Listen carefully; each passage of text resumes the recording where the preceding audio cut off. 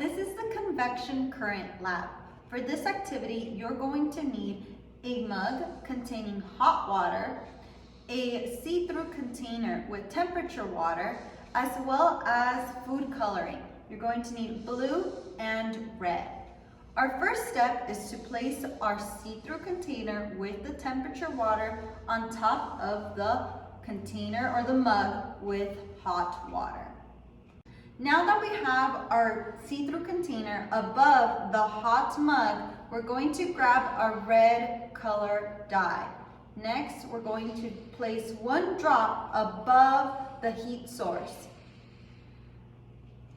The red dye represents heated liquid or hot liquid. Next, we're gonna grab our blue color and drop 1 dot next to or slightly above 1 drop here. This represents the cool liquid. We see how heat rises, so the red is moving upward. However, it's also pulling the blue into the middle where the heat source is. We also notice that once the red reaches the top, it gets pushed to the side by the rising hot water. Now at the edge, it becomes cooler and sinks.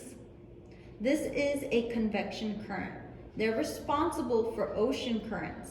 Now remember, it's not because of the heat rising, but the cool water sinking and applying pressure as it returns. This pattern of hot rising and cold sinking is what causes ocean currents, affecting volcanoes, earthquakes, and movement of continents. This activity meets next generation standards due to the visual representation of thermal heat as it's moving in a circular motion.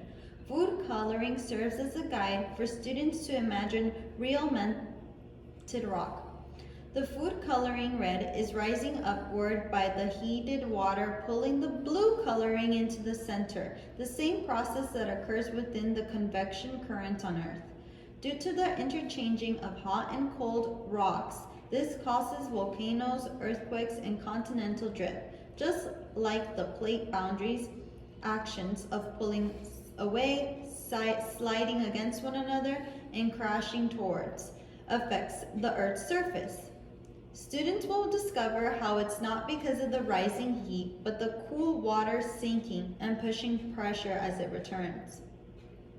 We also see another form of convection in nature through air, when the sun heats air near the Earth's equator, which leads to rising. As it's rising, it becomes cool and spreads out, returning to the equator. This circulation of air is known as wind.